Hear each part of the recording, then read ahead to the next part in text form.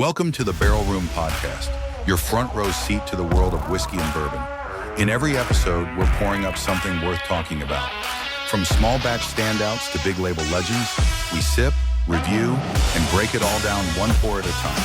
We'll talk tasting notes, share stories, give the occasional review on real-life experiences, and every now and then, bring in a special guest from the industry to share a pour and a conversation.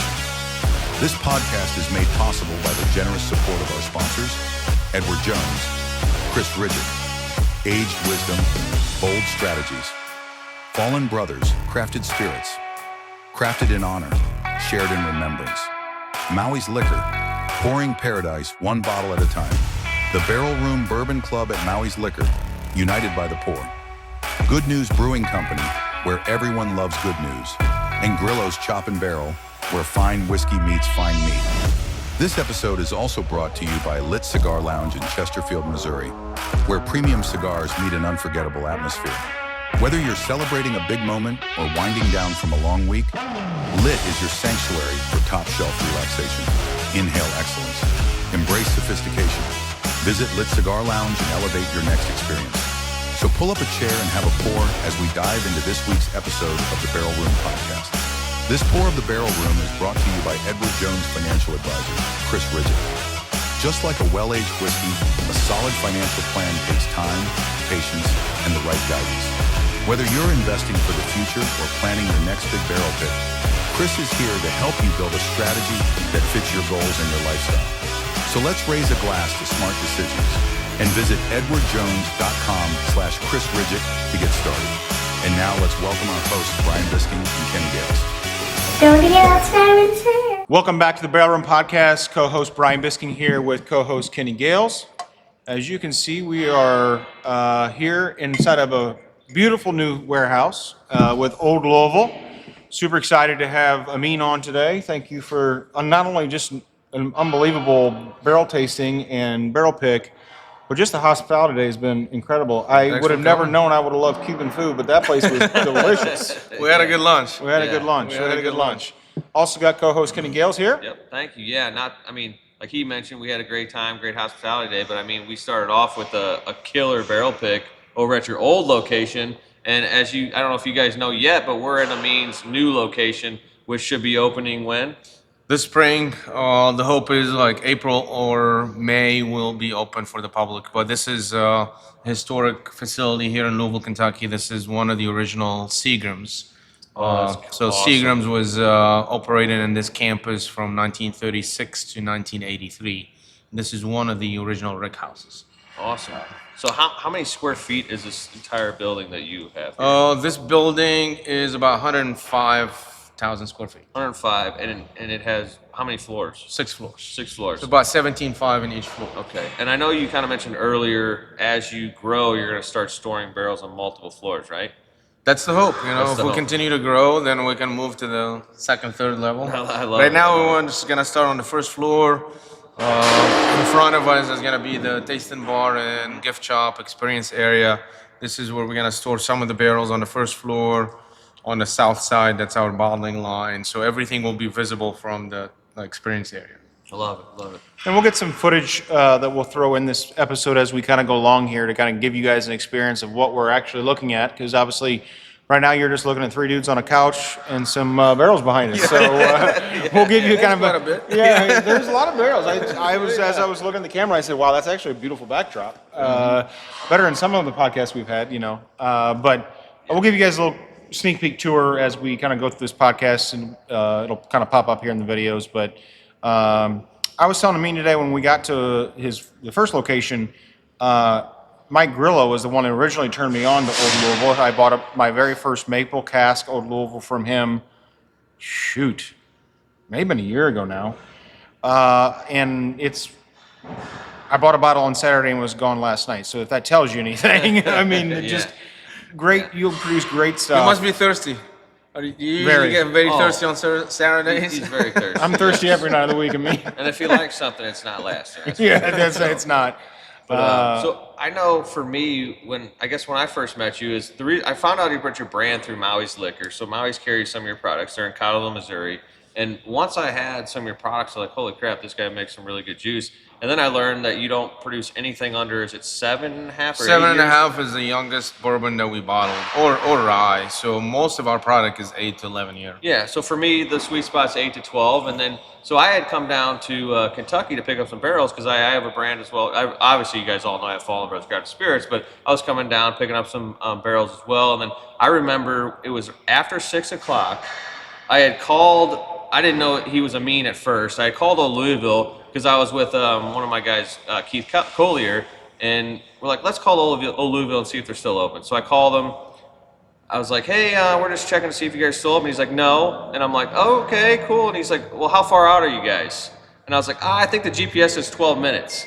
And then he's like, oh, I'll see you in 12 minutes then. So then right then and there, I knew I was like, oh, this guy's awesome. And I was like, shoot, is he the owner? Is he there's a worker? I'm like, what's going on? So then we show up, and it happened to be you, the owner there, still working, still inside of the whole operation. I don't remember what time we left that night.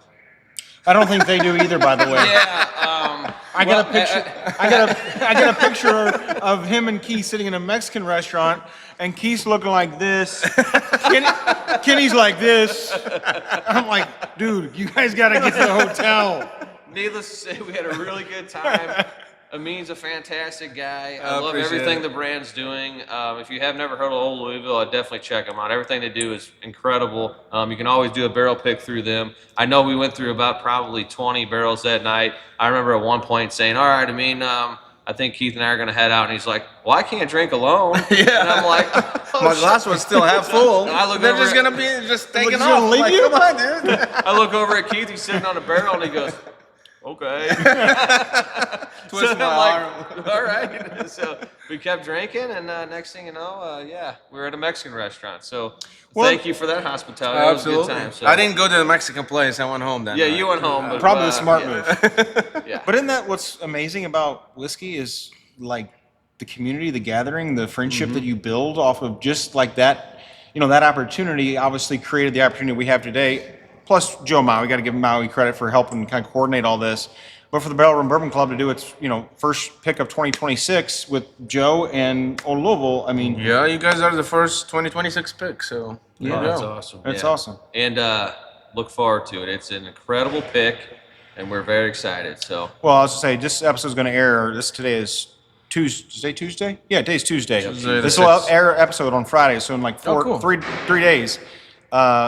There might be more than one barrel that was bought today too, just so we're clear on that. yep, stay tuned because that other barrel is very limited. There's only a select number of bottles and has a pretty big age statement on it. So Yep. definitely stay tuned to that one. Yeah. So I want to ask. I kind of asked you this today when we were doing the tasting. But Yeah. how did you get started? Like, what was your background and what made you say, "I'm going to launch my brand"? Yeah. I was a retailer. I was prior to being a retailer in liquor business. So I had 2 liquor stores here locally in Louisville, Kentucky. One in Old Louisville, hence the name of my brand. I think I give that corner store, a lot of credit of what I've learned and what I've experienced in that location, the people that met through distribution, and the customers from all over the country, because we're pretty blessed being here in Louisville, Kentucky, and a lot of people come to us to experience a bourbon or shopping for bourbon, whatever it is, right? So I was a retailer prior to having my brand. Prior to that, I was a manufacturer engineer. Prior to that, I was just consumer. I went from consumer to an engineer to a retailer, now to back to kind of manufacturing, doing pretty much everything on my own. Adam's here; he's my man here. Pretty much me and him do everything from bottling, tasting, experience, everything. But what got me into it, I think just being in Kentucky for 22 years, obviously the industry's been booming, so, and, like everybody else, wanted to be part of that excitement. So that's kind of like what led me to it. So is that where the name Old Louisville comes from? Is from that liquor store that you were part of in Old Louisville Yeah. area of town, and that's where the name came from? Yeah, so Old Louisville is the historic neighborhood of Louisville, Kentucky. I bought some rental properties when I was working for corporate, hoping that one day I have enough doors or enough rental properties to leave corporate. Yep. And then a liquor store came for sale, and my bank financed me. So Old Louisville kind of like got me out of corporate.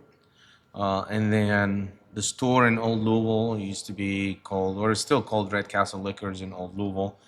Taught me everything I learned in the last decade about spirit and wine and everything else related to beverage, alcoholic beverage.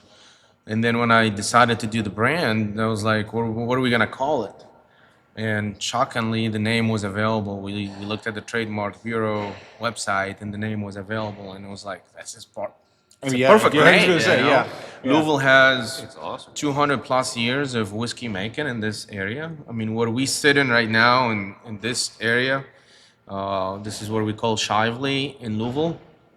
This is where all the heritage distillers historically, if they're in Louisville, they are here in Shively. Right behind us is Michter's, Brown Foreman, the original Yellowstone, Bernheim, Stitzel-Weller. Obviously, this is used to be Seagram. So this is a a piece of history in the American whiskey production. Yeah. This neighborhood, this zip code 40208. Well, and as we pulled up today, you kind of gave us a little bit of a tour on the outside. Why don't you tell the listeners and viewers that are watching this, talk to us about like the building and outside the building, some of the heritage and the history that's on the building that you showed us. So Prohibition ended in 1932, December 1932, correct? Correct me if I'm wrong. 1932, I know that. I don't know about December. Yeah, but I think I believe you. it's December 32. Seagram's, obviously, they've been producing alcohol in Canada, and they had production in U.S. When Prohibition ended, they already have planned. They knew the Prohibition is coming to an end. They had bought 42-acre campus or 42-acre piece of land in 1933. They broke ground, built a large distillery. At that time, was the most modern distillery in U.S. or probably globally. So 1936, they completed the entire campus where we're sitting now, with 8 rick houses. Each holds about 50,000 barrels or plus, a distillery and offices. And then 70s and 80s was a bad decade or couple decades of whiskey demand, slowing down. So 1983 or 84, this campus was shut down by Seagram, and it was sold just as a piece of property, nothing to do with whiskey. So from 1984 to 2025, the entire campus has nothing to do with whiskey. We bonded the warehouse in July. We start moving barrels for the first time after 42 years. Wow. So this is a very exciting, for me as brand owner, for my brand, for my kids, for the community, that after 42 years, this part of or piece of the campus that Seagram used to own is now back to whiskey production. We're bottling here. We just moved our bottling line from the old facility where we moved barrels. We've been moving barrels since July, and we're gonna be doing grand opening hopefully either April or May, with experience area being finished, and will be a very exciting day. Yeah, that will be. What I also thought when you were giving us kind of the tour on the outside that has like the IRS, that you could still see where the names of the IRS agents were on the building, which is like, again, ties back to the history of the grounds and the facility. Yeah. Just for the people that are gonna watch this video, most bonded warehouses back in the 30s all the way to 1980s, is each bonded warehouse will have an IRS agent. So the IRS agent will have a key. They keep track in records of barrels moving in and out. That's how the government makes, their excise tax, make sure that the excise tax is paid. And then after the 80s, the government moved from having, physical person on site to put in a tax strip, and then advanced to more reporting. And so now you don't see the tax strip, you don't see an IRS agent on site unless, and now is mainly TTB that controls, the. Yep, you and Kenny know that world way better than I do. Yeah. I'm learning it. Me knows a little more than I do, but yeah. So we're getting there. We're So, all yeah. learning. We're all learning. We're getting ready to open our tasting room in April or May of this year as That's well. So we're exciting. excited. Yeah, not quite this grand of a space. I but, mean, my old space. Yeah. Under the bridge, and you gotta start small. Yeah, exactly. Gotta start somewhere, So, right? yeah. Every business started somewhere. Absolutely. I don't know. Did we talk about when you started that location, or when Yeah, the brand yeah. actually started, or? So the brand started in 2022. I sold one of my store in 2021, sold the second one in 2022, and I launched my brand in August 2022. Okay. So it's been 3.5 years now. Wow. Yeah. The growth has been I crazy. was It's been good. It's been good. Yeah. Can't complain. We're putting out some good stuff out there, and consumers are responding well to it. We're growing to a lot of markets. Obviously, you see it In around the Missouri, St. yeah. Louis, Missouri area, and Kansas City as well. So we're excited. Did you say today when we were doing the pick that you're in 22 states? Did I hear that right? Yes. Yeah. Wow, Yeah, that's crazy. that's incredible. Yeah, it's been blessing. We're growing. Just this month, we're going to Virginia and Michigan, the both controlled states. So those are gonna be very good for us to start the year strong in Yeah, 2026. So those are gonna be really good for us. And then we're planning to at least 4 more states this year after Michigan and Virginia. Wow. So Louisiana, no, not Louisiana, but we've already been in Louisiana, but we're working on Arizona, Nevada. We're talking hopefully New York. We're having another conversation with the retailer in Maryland area, DC. So those are definitely going to be the added market to 2026. that's awesome. That's awesome.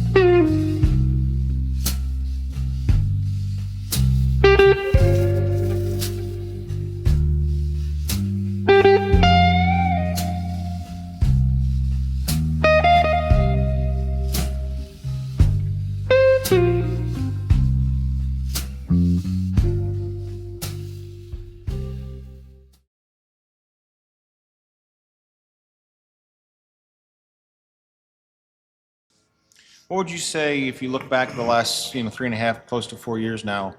What's been the one thing that surprised you more than anything about being on this side of the business instead of the other side? Yeah. Honestly, the support you get from when you put good product out there, the support you get from consumers, Yeah.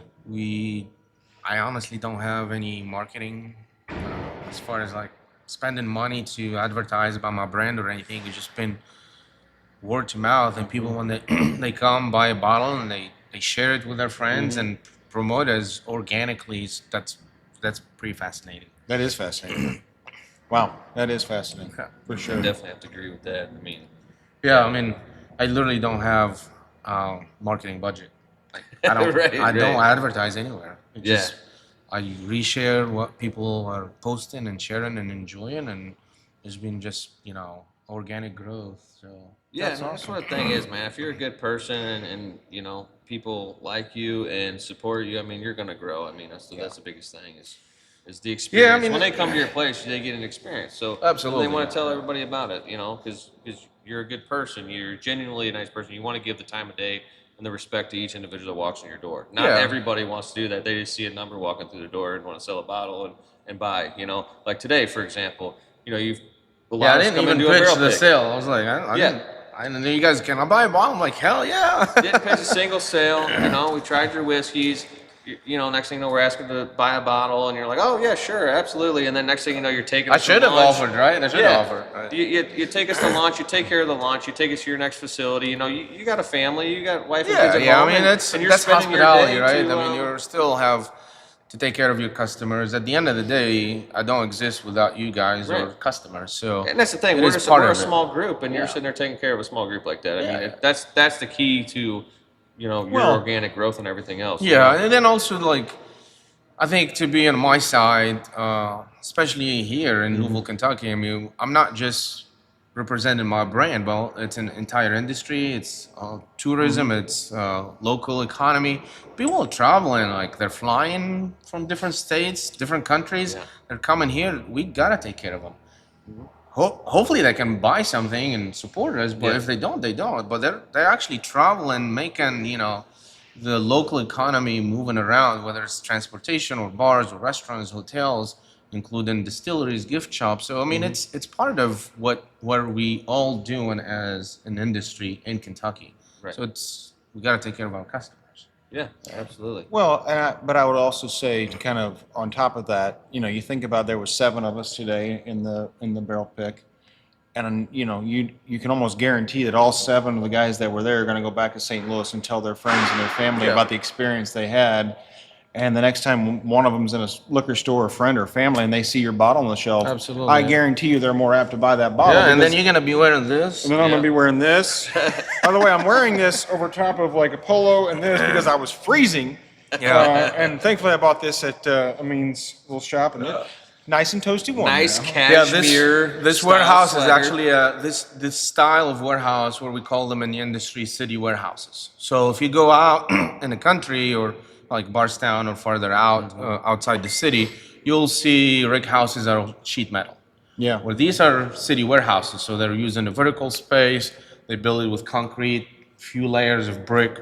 So these warehouses are notorious of holding heat, and they also hold cold. So you have pretty much 2 temperatures. When it cools off inside, if you step outside, it's 65. This is about 50 degree inside. So it's still holding the temperature from last week. So it's still very cold. When it warms up, it takes a couple months for the entire warehouse to warm up. The same thing, when it cools off, it takes a while to cool off, but when it cools off, it stays cold. Yeah. So that's, Well, and correct me if I'm wrong, you and Kenny would know this way better than I do, but my cousin Brian Meyer standing over there watching us do this podcast. hi, Brian. Hey, Brian. And we were chatting in the truck on the way over here, and we were talking about what makes whiskey have different flavors, right? Like, obviously, it's the mash bill, it's the age statement, it's the oak that's used, but it's also the temperature of the facility it was stored in, correct? Absolutely, yeah. And that can fluctuate, by the building and how it was made and where it's located and all of that. Yeah. So you got an impact of the grain, the yeast, how you distill it, the type of equipment, the temperature you ferment your mash at. But after you distill it, a lot of it is 70% of it, or even up to 80%, is the barrel you use. But if you take the same whiskey and take the same type of barrels and then put them in 2 different warehouses or even 2 different locations in the warehouse, you're gonna have 2 different tastes.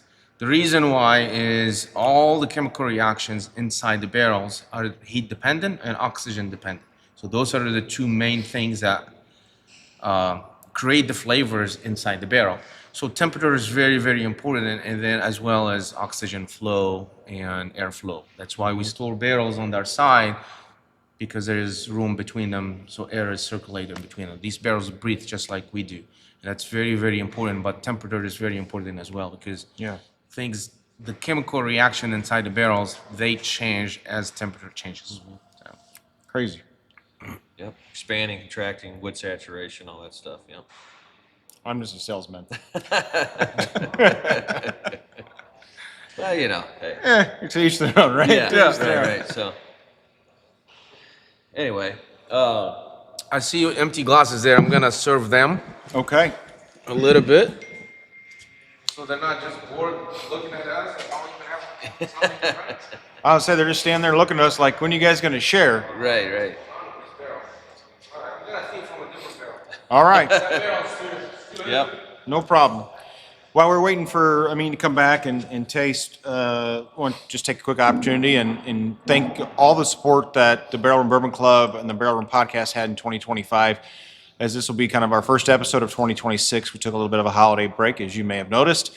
But, alongside with Kenny, I just can't thank the support of the community of Cottleville, Winsville, Fallon. Obviously, we launched our very first physical location in November at Maui's Liquor, and the support we've got just all around has been outstanding, and we just really appreciate it. Yep. Want to thank you as well.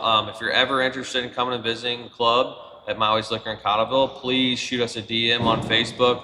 Also, you can email us at kgales at barrelroombourbonclub.com or Sales@barrelroombourbonclub.com as well. and also you can check out our website, barrelroombourbonclub.com, and all the information is on there about our club as well. But we'd be happy to have you come in and check out the club and have a pour with us.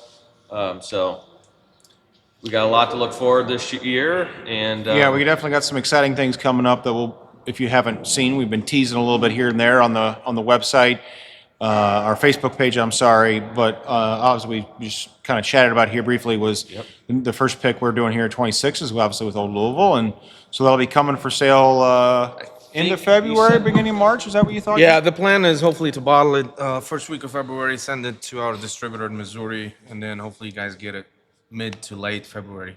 Yeah. So that'll be for sale, obviously at Maui's Liquor. Yep, and we have a killer barrel for sure, and then we also have another little unicorn barrel that's going to have a select number of bottles. So maybe around 30-ish bottles. So it'll be very limited. So make sure you stay tuned to that. Follow our social media, follow Maui's Liquor, and you'll be able to see when those get released. So we're definitely looking forward to those. Joe would be here right now, but he's now napping in his hotel room after. I mean, he got up at what, 2 o'clock this 2 morning? a.m. he said. 2 Yeah. a.m. 2 a.m. and drove. That's a 7 dedication hours, right there. 7.5 hours Yeah. from Freeburg, Missouri. So yeah, he's a little Plus, beat. it's indicative of how much he enjoyed the barrel pick. Yeah, So that's true. yeah. So Yeah, he might have had a little too much. we'll see you in a little bit, Joe. We'll see. Yeah, we'll see you in a little bit, buddy. We'll see you at dinner. By the way, you're picking up the bill. So I mean, obviously, we're sitting here in this new facility. What's this one? Holy moly. 9-year, 36% rye bourbon. We tried some of these. This is Yeah. actually similar to, Ooh, that's good. Close to the it's a pick, sister barrel to your pick, but it's your not pick is double oaked. Yeah, I was This gonna is say. not Yeah, I double was like, oaked, ooh, yeah. that's good. That It's not is good. double oaked. So sitting here in your facility, you're hoping to open this in April. Obviously, that's a huge next step. Yes. Where do you see the brand going? You just see it growing and moving up floors and continue to push into different states? Do you see, changing anything about, your current kind of mission is nothing younger than 7 years? Like, give us an idea of what the future looks like for Yeah. Louisville, or at least what your vision is. Yeah. So, I mean, beside moving facilities that we have more room, now we own the building, the other facility we've been leasing. There's nothing is going to change. The mission of, the quality behind the brand, how we do things, nothing's going to change. The experience is going to continue to be the same thing. You come in to do a tour or tasting or barrel pick, it's going to be straight from the barrel in the warehouse. So cold, hot, sweaty, whatever it is, you're going to be in the warehouse. The only thing is we're having a bigger facility, has historic, Yeah. And story sounds like behind a it. beautiful tasting area. At least Yeah, what we yeah. talked about So briefly. we're gonna be hopefully. This is what's actually holding the opening is the finish in the finished part of You this need warehouse. Meyer Contracting to take over. for Yeah, us. yeah. if you can come and knock it out, let's talk. Let's talk. I think I think barrels for work. Yeah. I don't know. Barrels for drywall, barrels for plumbing. We'll do a fair trade. We'll figure it out. But yeah, nothing's gonna change. We'll continue to do. I think this year most of our product is at least 8.5 years old. Wow. So In every firehouse, every patrol car, every ambulance, and every military unit, there's a bond forged in courage, sealed by sacrifice. At Fallen Brothers Crafted Spirits, we raise a glass to the heroes who never made it home. Crafted in honor, shared in remembrance. Each bottle of our handcrafted whiskey tells a story of bravery, of brotherhood, of lives lived in service. And with every pour, you're giving back. Because a portion of every bottle goes directly to organizations supporting the families of fallen first responders right here in our area. To the ones who answered the call, to the ones who still do, and to those we'll never forget, Fallen Brothers, Crafted Spirits. Raise one. Remember them. Available now. Drink with honor. Support with heart. How many barrels you plan on storing here by grand opening? I would say. I mean, because I don't know how many you got behind, but there's a Well, lot. we also co-pack, so we have barrels for other Okay. customers. So I don't know exactly by the time we open how many barrels gonna end up here, but just right behind us here in this area, there's about 700 barrels. Holy cow! Wow. So there's a couple more hundred that we have to move from the other facility, and our customers are moving more barrels here now because Yeah, we're more co-packing space. for them, and we have Yeah. space. So I don't know. I don't have an answer for you. That's okay. I just from what I'm looking at here, I'm just seeing the space. I'm like, man, I wonder how many barrels this place could hold. But I gotta imagine. So this warehouse was actually designed to hold about 9,000 barrels per floor. per floor. Times 6. Holy cow. Holy shit! Obviously, the rig system was dismantled in the 90s, so now we're using what do you see there, the metal racks. I would say, from a capacity standpoint, if we use the metal racks, we can probably store good 6,000 to 7,000 barrels per Per floor. floor. Wow. That just kind of gives you in perspective, since you're not sitting here with us, the size and the capacity of this facility, because it's Makes sense why I can retire here. Yeah, I'll have about 22 years left before I can retire, and hopefully my kids will take over. Right. Bean's gonna put. I'm already prepping them. They're 13 and 10. I'm like, I can't wait for you guys to be 18. I mean, Take over some responsibility. Yeah, right. Exactly. they can sell T-shirts at 16. Yeah, I was just like, look, I'll be in Florida. I'm just expecting, small check every month for your mom and myself, so we can go out, eat, and enjoy life, right? That's That's American the dream goal. right there. That's right. Yeah. So I know you said you own the liquor stores, but you want to tell our guests a little bit about yourself and how you came over here and when you came over? Because I know you didn't live in Kentucky your whole life. Yeah. If you can't tell by my accent, I don't have a Kentucky accent or an American accent. So I was born and raised actually in Tunisia. It's a small country in North Africa. Moved to the U.S. in 2001. I was 19 years old. Stayed in New York City for 2 years. I met my wife. She's from here. That's the reason why I moved here in 2003. Did you meet her in New York? Or? We met in Florida, actually. So she was on vacation. I was on vacation. Wow. We met. She didn't want to give me her number. I gave her my number. She gave me her email address. Back then, it was a big deal, right? Was it one of Here's what, my Gmail. When I was in high school, AOL. that's what I was just gonna say. What did they call that back in the day? Well, I can still that sound of Yes. AOL, like dialing in. Yeah. That's still in my head. AOL. So anyway, yeah. a year later after we met, she was like, "Look, I'm not quitting my nursing school. If you want me, you need to move to Kentucky." So I packed my stuff and moved to Kentucky July of 2003. So I never left since. So Louisville is my home now. Wow, that's pretty crazy. That is awesome. Well, now, what brought you from Tanzania? Is that what you said? Tunisia Tunisia. Okay. to the U.S. To the yes. the American dreams. There you It go. doesn't get better than that, boys and girls. That's all I'm And saying. you're living the American And dream. he's right definitely there, man. living the American dream. I don't know what's more American, whiskey or baseball. Whiskey. I agree. That was a hypothetical question. Whiskey. I don't know. Never Baseball is Baseball's American. Baseball's definitely The American. Irish and Scotch beat us by a few hundred years in whiskey making. So I would you say were- baseball. you were They telling do, me but a- bourbon's the official. Yeah, spirit of- the American spirit. Yeah. But you were telling me a little bit today about Japanese whiskey and how they will blow your mind away. Yeah. I mean, it's just like the American or the first settlers from Scotch and Ireland brought their skills of distillation to the U.S. Well, the Japanese learned how to distill from the Scotch and Irish as well. But then when they took the skills they learned to Japan, they took it to another level where they're very particular with quality, especially water quality. So yeah, Japan can produce some serious whiskeys. I mean, you can see, if you could do some research every year, you'll see Japanese single malts or certain Japanese grain whiskey. They're always on top. Wow. Yeah. I didn't realize that. Yeah. They know how to distill. All right. Well, final question before we let you go, because we don't want to take up your entire day. Of every barrel or every bottle you've ever sold, if you had to pick one bottle as your favorite bottle, Oof. That's tough. you couldn't pick one. No, it's very tough. I'm sure it is. I'm sure it is. I mean, I can say, certain single barrels were fantastic, like phenomenal, and we're trying to replicate those.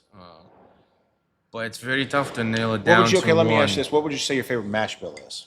Could you pick that? Yes. Okay. Yeah, that's easy. This is where what we drinking is my favorite. Yeah. mash Oh, bill. well, good for 60 that. corn, 36 rye, 4 barley. So I enjoy higher rye percentage when it comes to bourbon. Higher percentage of rye. A lot of people shy away from them, but if you allow them to age properly, and I'm talking 8, 10, 12, it's hard to beat. Flavor, fruit notes, aroma, it's rye is a grain of flavor. So when you have a good, healthy percentage of rye and you allow the bourbon to properly mature, it's hard to beat the flavors. Yeah, yeah, I'm learning that. I used to hate rye, and Kenny told me when we first started the show, you'll love it one day, and now I do, Yeah. which is crazy because 8 months ago you would have given me a rye, and I'd be like, don't even fucking put that near my nose. And Right. I buy rye now. It's crazy, Yeah. but it's just how your palate kind of changes. And you're right, you do get more flavor profile out of a rye than you will. Yeah, just think about eating rye bread versus white bread. Yeah. White bread's made out of wheat. Rye bread is boldier, more flavorful. It's the same concept when it comes to grain whiskey. In our case, is bourbon. So, corn is not very flavorful grain. Malted barley, we don't use a lot of it in bourbon. We typically use 10-12% or less. So really, you're counting on rye to come through with the mid palate, the boldiness, the complexity. So yeah, I mean it's the rye that's putting those extra layers of flavors. That's awesome. That's really good. Well, cheers to you. Cheers! Thanks for Cheers. having me. Yes. Thanks for everything today. Absolutely. Thank Appreciate it. thank you It's for always everything. A pleasure. We'll do it again. Yeah, we'll do it Well, again. we will for sure. Need to bring you to St. Louis. you I know, will. Get you there. It's definitely coming. Oh yeah, we chat a little bit about that. More to come on that. Thanks you guys for watching this episode. You can find out more about Old Louisville on their website. You can go to Barrel Room Bourbon Club to watch this episode or anything else. I want to thank our sponsors for the support and sponsoring us, especially Mr. Maui, Maui's Liquor. We'll see you guys again in 2 weeks. Take care. Cheers. Cheers, guys.